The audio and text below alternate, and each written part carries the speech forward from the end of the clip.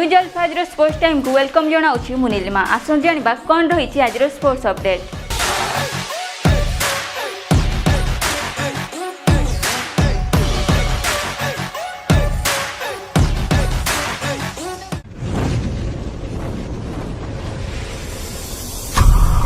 देशर एकमात्र खेलाड़ी भाव सर्वभारतीय रेलवे चेस प्रतियोगिता, सर्वभारतीय सिविल सर्विस चेस प्रतियोगिता भली अनेक प्रतियोगिता विजेता होबार विरल कृतित्व हासिल करछंती चेस बोर्डर 64 वर्ग क्षेत्र में सौम्य रंजन मिश्र।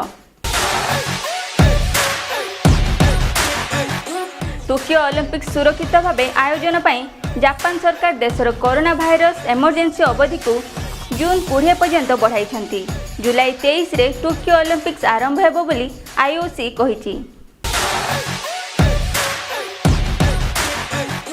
देशर दुई प्रमुख बैडमिंटन तारका साइना नेहवाल और श्रीकांत टोकियो ओलंपिक्स रे भाग नहीं पारिबे नाही।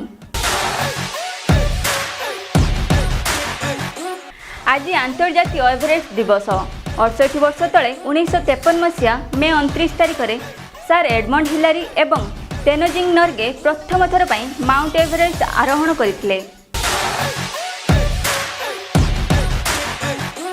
एही अवसर में ओडिशार प्रथम पुरुष एवरेस्ट विजेता गणेश चंद्र जेना समस्त को शुभेच्छा जणाइछंती।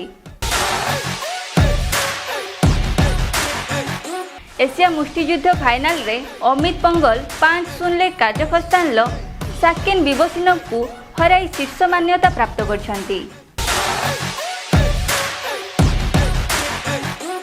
एसडीएम सभापति सौरभ गांगुली नेतृत्व में आज बीसीसीआई स्वतंत्र बैठक मुंबई अनुष्ठित हेबो। एही बैठक में भारत में T20 विश्वकप स्थगित थिबा आईपीएल द्वितीय पर्याय और घरोई खेलाड़ी को आर्थिक सहायता प्रदान नहीं आलोचना हेबो। बांग्लादेश गस्तरे थिबा श्रीलंका गतकाली 97 रन रे शेष दिनिकिया मैच जीति सांत्वनामूलक विजय पाइछि। प्रथम 2 मैच हारी श्रीलंका एही श्रृंखला हाथछड़ा करिछि।